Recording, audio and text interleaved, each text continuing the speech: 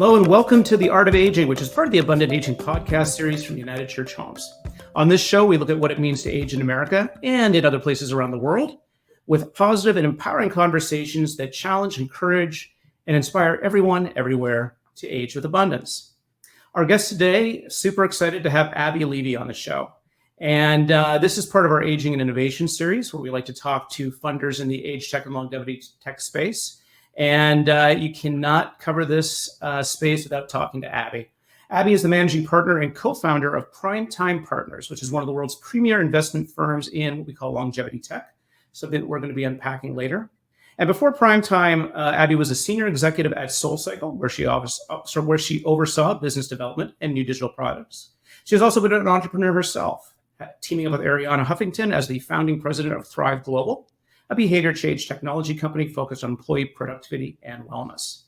She began her career at McKinsey and then lit product development for one of my favorite brands of all time, because we are human-centered design freaks at United Church Homes, and that's OXO International. Abby, welcome. Thank you, Mike. We have been talking about getting together like this for a long time now, and I am happy that it is spring and that we can do this together. Thank you for having me. I am so happy as well. Thank you so much for making the time. So we got a lot to unpack, but I want to start with a question that I just ask a lot of people on this podcast.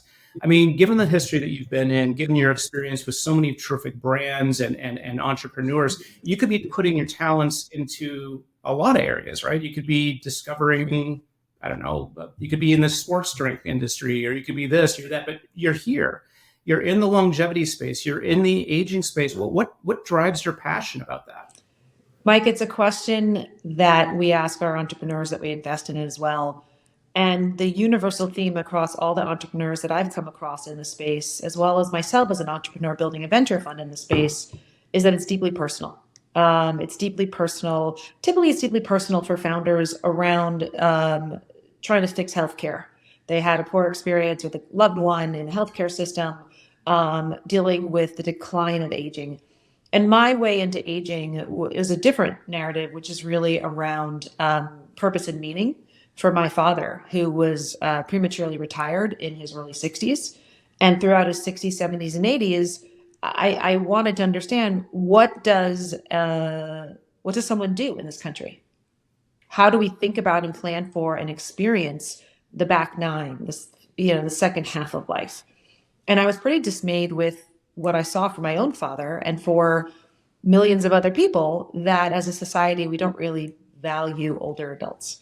And in not valuing them and what they can contribute, it means that there isn't accommodating workforce and systems and societal and media and consumer and all of the things that we need to really address this dramatic demographic shift. I mean, these listeners may or may not understand, but in the US in 2060, for the first time in US history, there'll be more people over the age of 65 than under the age of 18.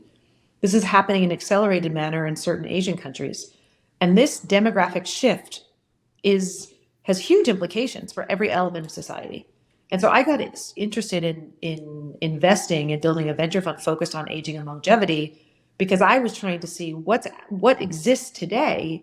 And I was pretty dissatisfied with the answer. And I think entrepreneurs have a wonderful opportunity to build in this white space. Yeah. And you just opened up a number of things, in my brain here. And really the first one being that your motivation, I mean, we talk about age tech and we talk about longevity tech, and we talk about the aging of our society. And not only are we going to have more years, but more healthy years. So it's interesting that you're really particularizing on that, because a lot of the founders that I talk to and a lot of the venture folks I talk to really do focus on condition, event, moment of crisis, something that happens, the surprise of long-term care costs that sort of befall on families, and really working on those problems, fixing those problems. And those are still important to your fund, I know. But your angle really does also extend into this world of longevity. And how would you separate longevity tech from age tech? I don't think you're going to like my. I don't think you're going to like my answer, because I don't like the term age tech, and I've even shared with my friends at ARP. I don't like that term, and I don't like that term because I think aging starts at birth and ends at death. And so just to say that there's a type of technology or a group of founders who are only designing for the older adult population really limits the opportunity that technology can play in this whole space. And so I would prefer to talk about longevity tech. And what I mean by that is not what people hear longevity, they usually think about the life sciences side of the house.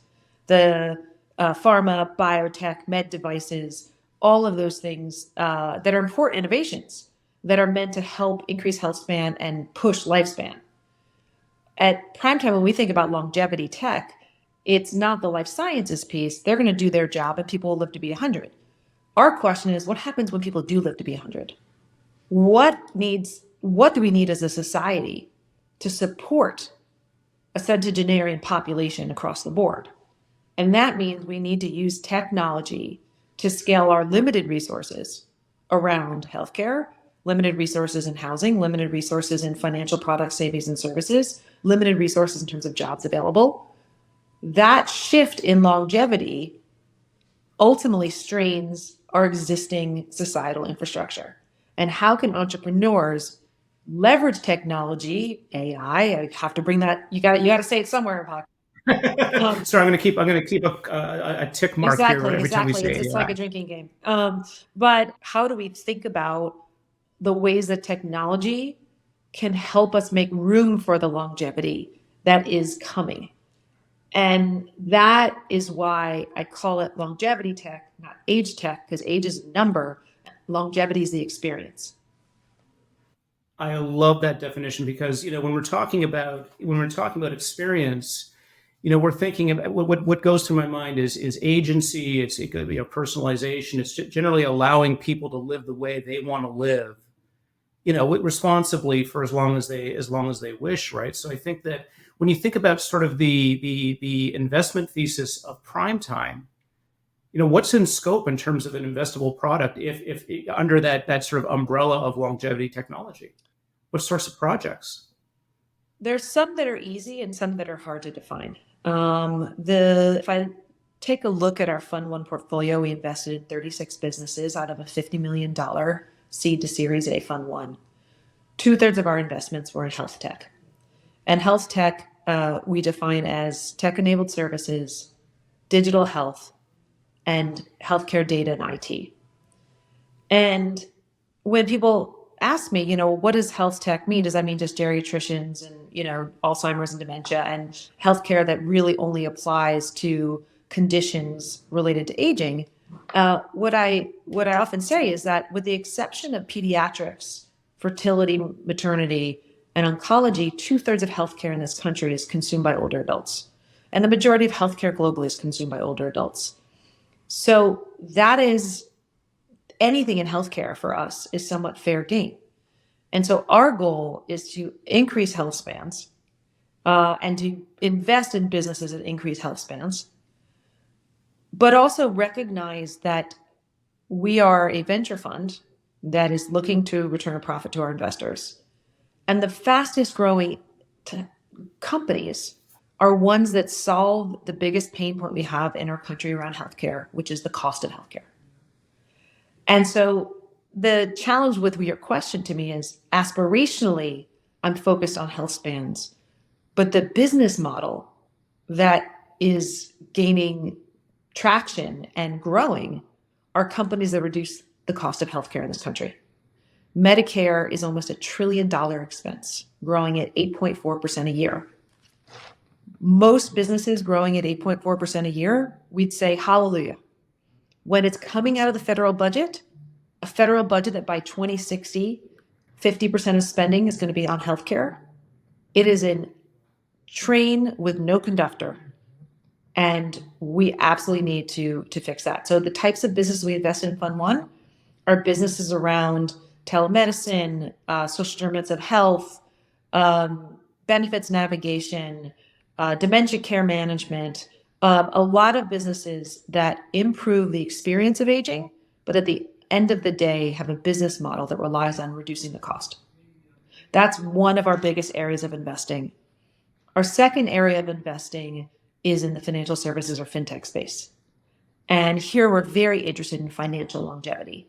50% of Americans, if they don't add income to the next week, don't know where they're going to get their next meal. 50% of older Americans. It is a real problem we have. We have $1 trillion retirement savings gap between what Americans need to live on and what they're actually saved for. Like our healthcare system, this is pretty unique to the US because the US has a largely privatized healthcare system up until you're 65 or if you're low income, unlike other countries where it's nationalized.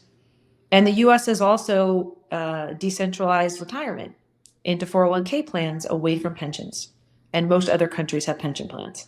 So, we have a bit of a different system, but there are pieces of it that aren't working well for older adults. And that's what we're interested in.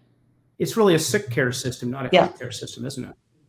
It's a sick care system. And I can understand. I think this is where we start, is it? Because I don't know of any way to really unpack or unwind the underlying structure of the system right now, other than and so your thought just to go after just the costs, seems right to me, just because we're living with this, and I fear that we're just not going to, fix this system until we're just at a breaking point.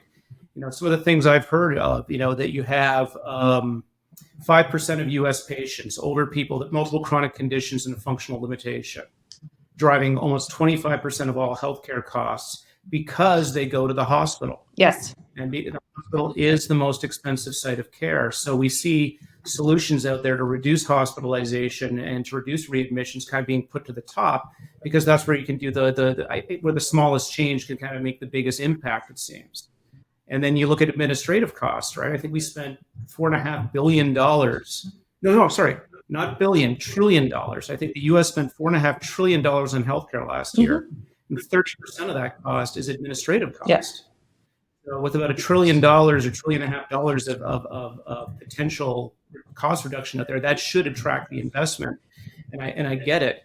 But what I just don't understand is we have, and we don't have to get into this now, but I remember listening to a talk by Atul Gawande late last year. He was saying that you look at a country like Thailand, and Thailand has a longer longevity than the United States, yet they spend just $300 per person in healthcare per year, and it's all community health worker stuff.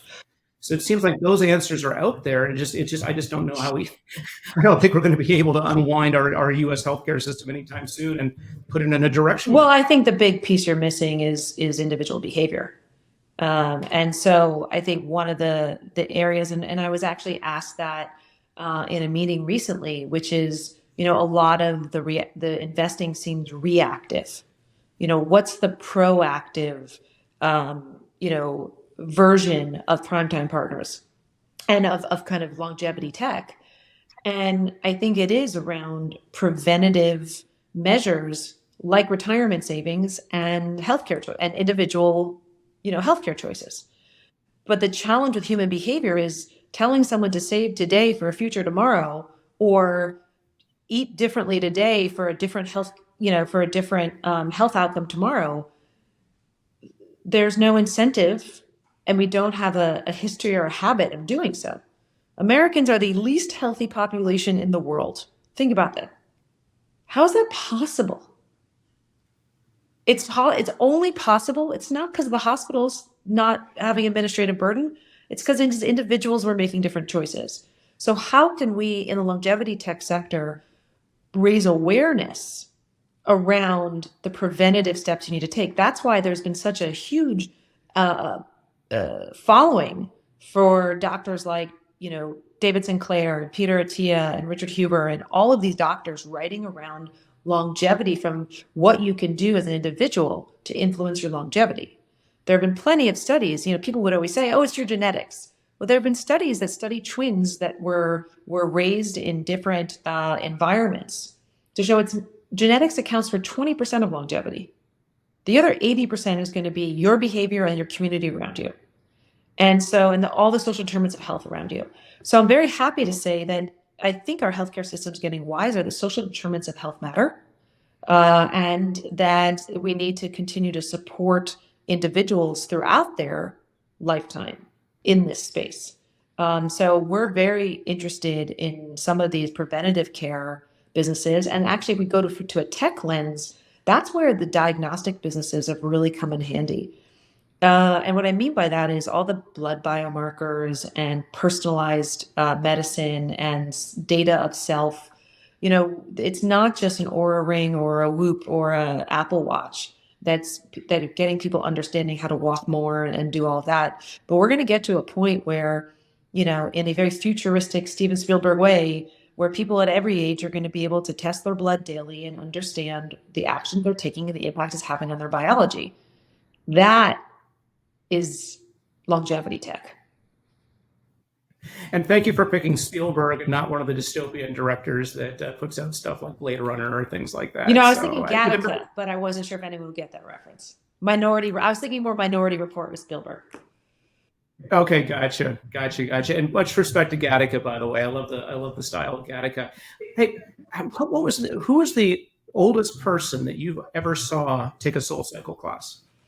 Oh, first of all, we're not allowed to ask age, but my guess would be in their 80s.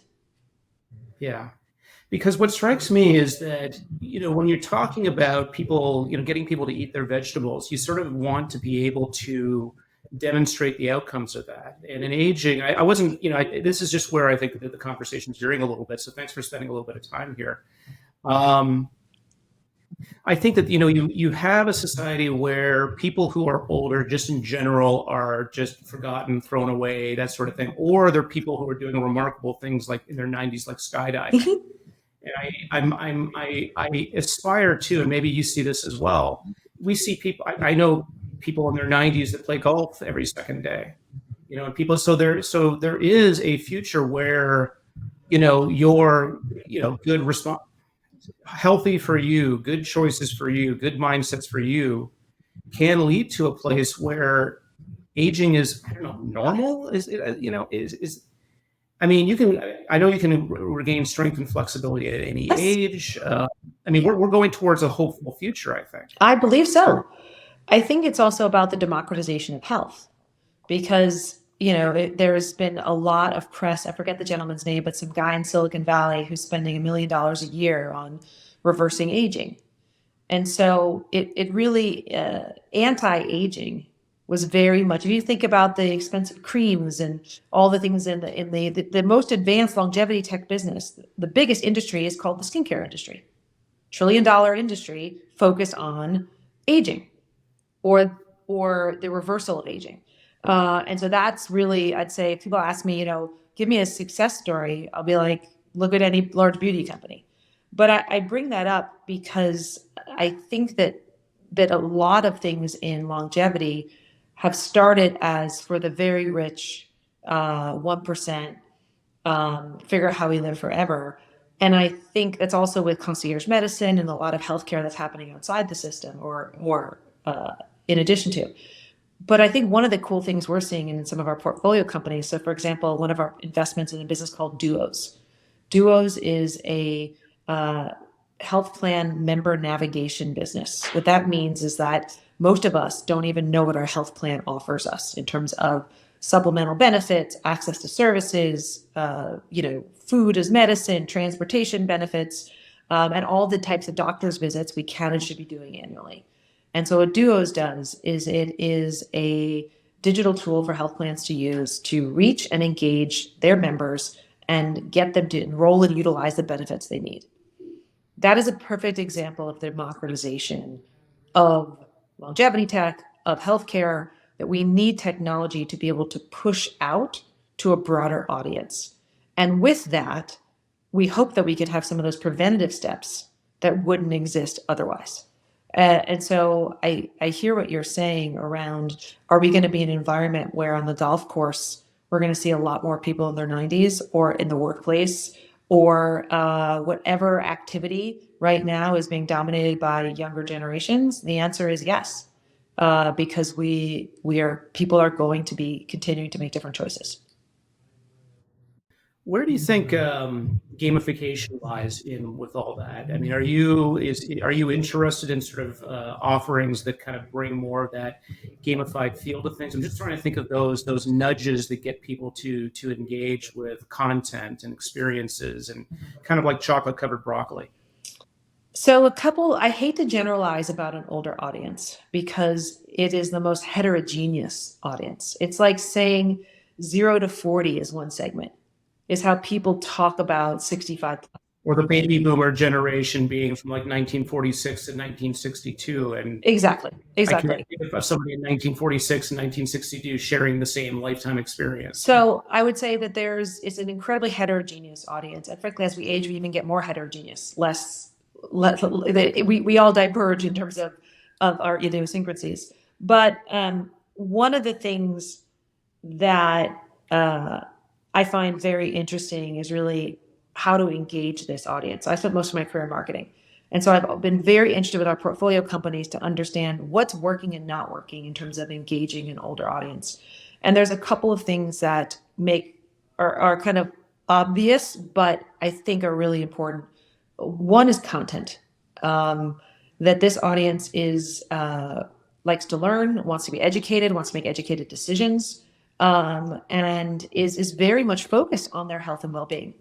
The number one concern, according to AARP studies, that every older adult has is losing independence. So that is the anchor issue around which content and education sits. So I think one area is really leaning into content because this individual has time to consume content and they're eager to. The second is trust and trusted brands. I mean, it's a very obvious point, but what we've seen some of our portfolio companies do is really piggyback on other brands. In fact, one of our companies, just by mentioning Fidelity in their marketing, saw conversion rates go up by 3 times because it's a brand people knows that and they understand. And the third thing, and these aren't in order, is saving money. Because being on a fixed income, as most older adults are, is a very discomforting position to basically spend your whole life building up your asset base, hopefully building up your asset base, and then spend 30 years decumulating it, spending it down. Asset decumulation is a very uncomfortable space for the average person. And so therefore, marketing that focuses on how to save money is tantamount. People would joke in an ageist way, oh, the early bird special that, older adults go to. But I think we've also conditioned an older audience to senior savings as if it's an entitlement in its own way based on just having reached a certain age. And so we see that from a marketing perspective that makes sense. We see affinity groups, kind of back to the trusted brand on Facebook, affinity groups. Older adults are the fastest growing group on Facebook. And they same on Pinterest and Nextdoor and a bunch of channels. And I'm sure Instagram and TikTok will continue to grow their older adult audience. And so that affiliation, I am a retired teacher. I grew up in this town in Ohio.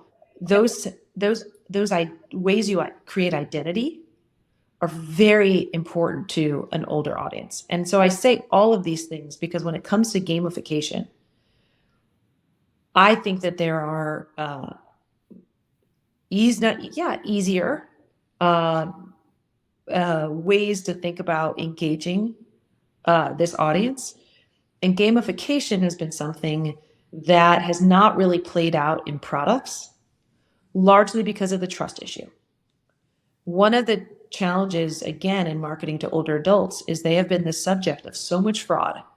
The Nigerian prince, send me your money, the AI-based, fraudulent spam calls, the email marketing.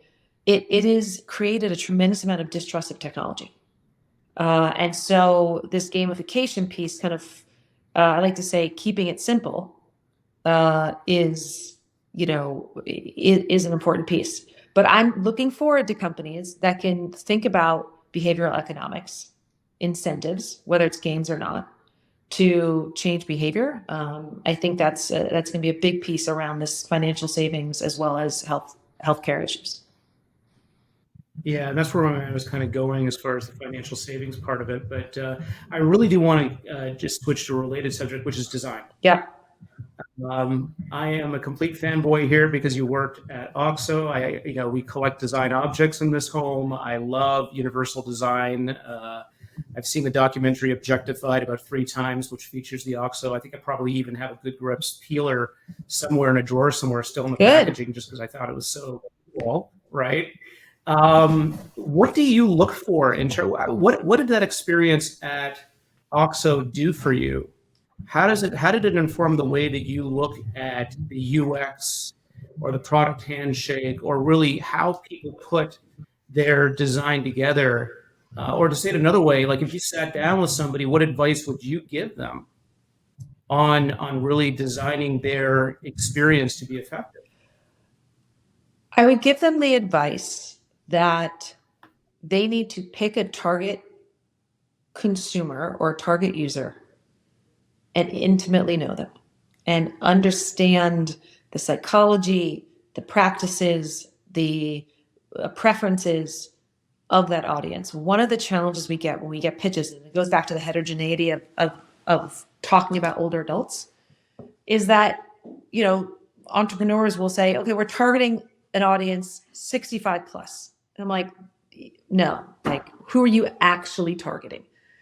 And so at OXO, which for those who don't know is a kitchen tools and products company, they're known for innovative functional improvements in 100-year-old kitchen products by watching users use the products and coming up with insights on how to make them better. And so I think that ethnographic research is really important. And so we always look to founders who have immersed themselves with the target audience and really defined it. And so there's this thing in a pitch where you talk about the TAM, which is the target addressable market, versus the SAM, which is your sized one of what you're actually going after. I'm much more interested in that 0 to 1. Who are you going after and why is it important to them? So I think there's that piece that's just more got to pick a segment. It's okay not to please everybody, not to solve for everybody, pick a segment. I think the second thing that I learned from OXO is the reliability piece.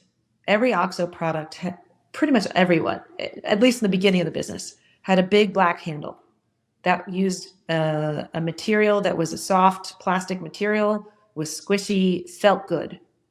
You come to expect a level of quality and service and trust from a brand that delivers again and again. One of the challenges in healthcare is that the NPS score, or the satisfaction score, that most users have with healthcare is like in the 20s or 30%. The top is 100%. So we are dealing with an industry on the health tech side. Financial services is better, but it's certainly, or hovers around 50 or 60% NPS. So how can you be designing into your experience a level of satisfaction because you're better at listening, you're better at personalizing, you're better at solving the problem, you're better at letting them be heard. And technology, this is where AI comes in. Technology is really good at doing that, of enabling humans to deliver a customer service experience that feels better and different. And the best brands are ones who have the NPS score because of service. Right, right. And look, I mean, you probably get at least I don't know. Do you think you get about 1 pitch per week of a company wanting funding, Abby? We Is get that 10 about per right? week. I'm sorry, being a little facetious there, but would you say that it's easier to sort of look at companies that may have embraced that process? If first of all, is that process of immersive embedding or really understanding customer? That's seems to be your preferred. And do you find that companies that embrace that to sort of jump off the page at you? Can you see it when they put a pitch to you? You can hear it because oftentimes the best cases where they have data that said, we spoke to 1,000 people and here's what they said, or we talked to these potential customers, there's a waiting list for our product. So obviously the best thing is the proof. But the second thing is you hear it in how they talk about the product. There is that pride in the product that comes from wanting to solve someone's problem. And I have developed a product or service that has solved it. And I know it's an intangible, but you can see that sparkle in someone's eye, irrespective of their background and training. They don't have to be the CTO or whatever their functional background is. But when they have a product that solves someone's problem, I'll tell you one of the businesses we invested in, a business called Retirable, that helps 50% of Americans don't have a financial retirement plan rather. And Tyler End, who started the business, he was a certified retirement financial planner. And then he went to Policy Genius and did some other startup stuff. But the way he talked about his product and the way he talked about his consumers, Susan, who he knew by the first name, or Bob, or all of those things, it wasn't just a slick pitch. It was that he understood the pain point, he solved it, and he was proud to be able to help these people. And one of the most amazing things about being an investor in longevity tech is that every single founder is helping somebody. We are not an ESG or a social impact fund, but our companies are having tremendous social impact because the spaces of healthcare and financial services surrounding aging are all topics where there are end users in pain or in trouble or whatever it might be, and we are helping. Yeah, and I just love to see people. This is again the energy that you're giving here is the same thing that I'm feeling, because I love talking with founders that are just falling in love with these problems, falling in love enough. They may have had a personal experience with the problem, but they understand that there's a bigger problem out there, and they're taking the time to really just fall in love with it and understand it from a whole bunch of different perspectives and allow that feedback to drive their product development. We've just started at United Church Homes our Entrepreneur in Residence program. Great. We're inviting entrepreneurs to actually live with us for up to a month. We're going to have our first one coming in and staying with us in May, and looking into helping out in skilled nursing and just getting in there in the trenches. And I think that's always impressive when people want that experience. And that's a great tell for me. You think that there's anything in the longevity space that's being overdone right now? That is a funny question. I've never been asked that before.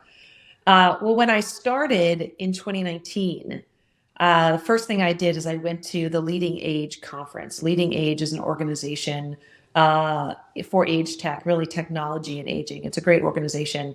But at their trade show, I remember walking the floor, and there were like 6 or 7 companies that had robotic pets. Like, grandma's lonely, we're going to get a robotic pet.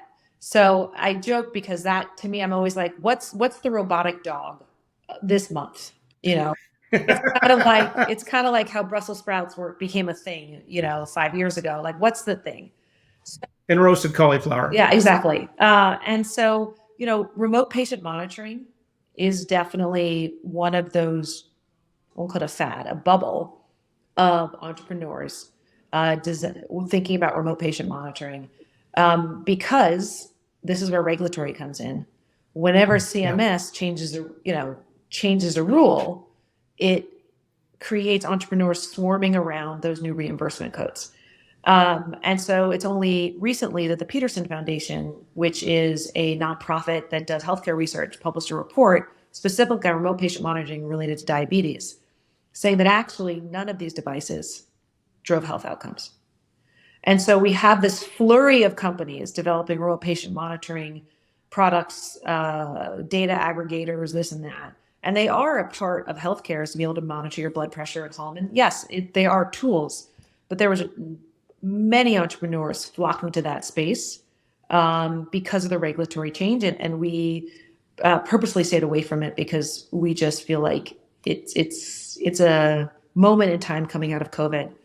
Another area that's getting a tremendous lot of entrepreneur velocity in the AI space are all of the workflow management solutions like transcription services, voice to text, a lot of those businesses, which really do help, particularly in senior living channels, or could help reduce the paperwork. As you said, 30% of healthcare is administrative paperwork, reduce the paperwork. And so you can free up care staff's time to actually care, not to do paperwork. But those businesses, the challenge with those businesses is that they're just these huge AI data businesses owned by Microsoft and Hippocratic and these big businesses that ultimately will just own that space. And organizations like Epic or other healthcare institutions are going to choose the big players because of their data sets and teams, not individual startups. So we're seeing a lot of swarming there, but very, very cautious about that. The places we're seeing swarming that we are excited about, we are excited about, again, I mentioned duos, but there's in this notion of member benefits and engagement. We think we're going to continue to see more consumer involvement in their own healthcare. And so having the tools to do so is really important. Post-acute care is still very fragmented and broken. And so new concepts around care in the home, not hospital home, but care in the home, and different ways we are getting care, different levels of care workers into the home. We're going to continue to see businesses that do that well. We're very excited on the care shortage question, which we're not excited about the care shortage question. We have a care shortage. To solve the care shortage, we think we're just at the beginning of figuring out how to train and leverage family caregivers. The 50 million people in our country who don't necessarily identify as caregivers, but are to their typically to their older loved ones. So we think we're going to see more training types of businesses in this space. And then in terms of keeping people out of the hospital, out of the emergency department, data and AI around risk management, risk escalation, medication reconciliation, all of these things, I think, are in an effort to say, while we've been trained from a young age, just call 911. Think about when you call your doctor. The first thing we'll say is, call 911 if you need something right now. I hope every American realizes that going to the hospital is the last resort, not the first resort. So how do we keep people out of the hospital? What's on my wish list is workforce longevity. How do we encourage employers? How do we build programs for them to understand flex-tirement, to keep people working longer? Because if people are going to run out of money, the number one way to change that, other than winning the lottery, is to keep working. So we need to keep working. So this question on workforce, we're looking for solutions. Housing is another one. A prop tech solution. So aging in place in our own homes, 80+% of older Americans own their own home. But you know what the average age of those homes are? 21 to 22 years. They are not safe places to age. While we have an investment in a business called Rosarium that taps into the Medicare benefit for home modification and helps individuals get the home modification they need, like grab bars, ramps, or things. The real best answer, as you know from your own organization, United Church Homes, is congregate living. Congregate living is a good thing. It is good to age in a community. It's good to age with other people. Frankly, it's good at any age. And we're so in America, so entrenched on the status of success being owning your own home. I mean, think about what Monopoly the game is. The hallmark of American games, Monopoly. It's all about buying properties and putting houses on them. Forget the hotels, but houses. We're so focused on owning a house.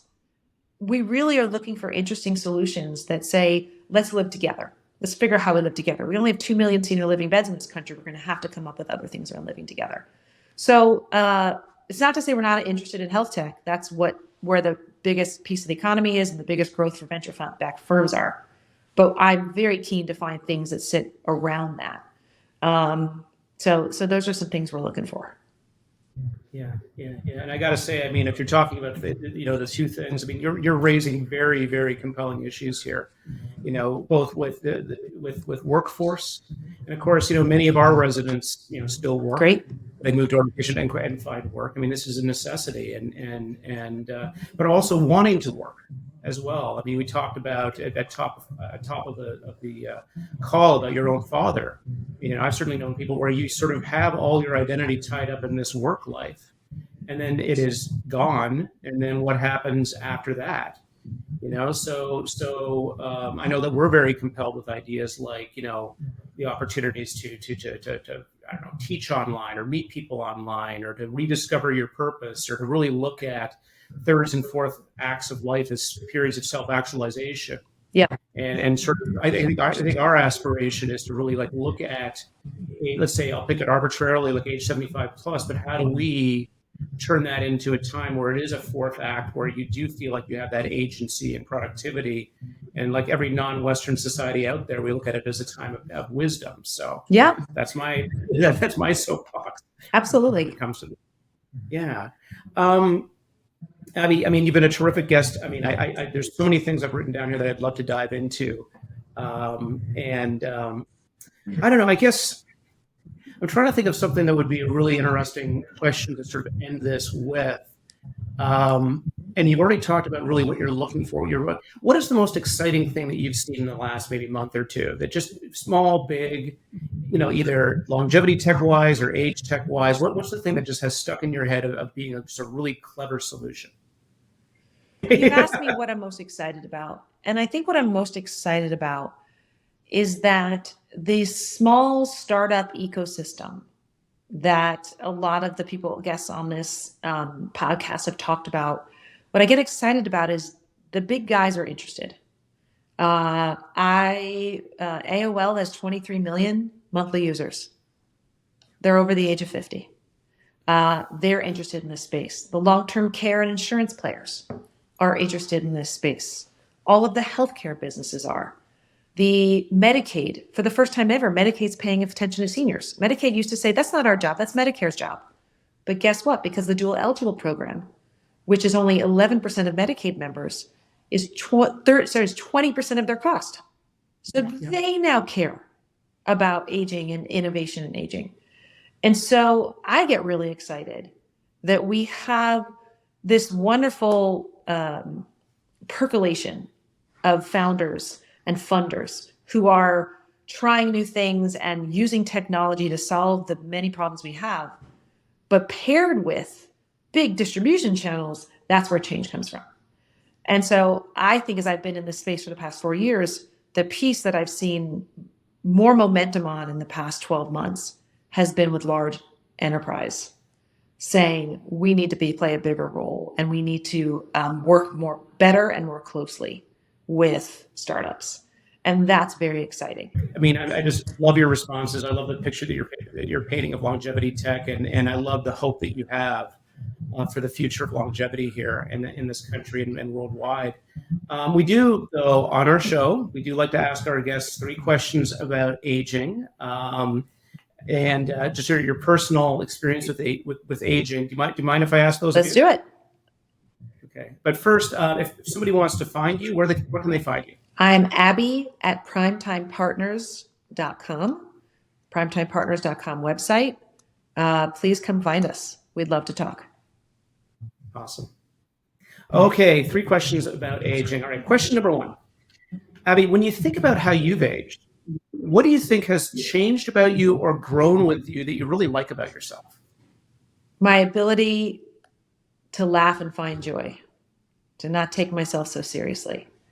Very cool. And then question number 2 is, what has surprised you the most about you as you've aged?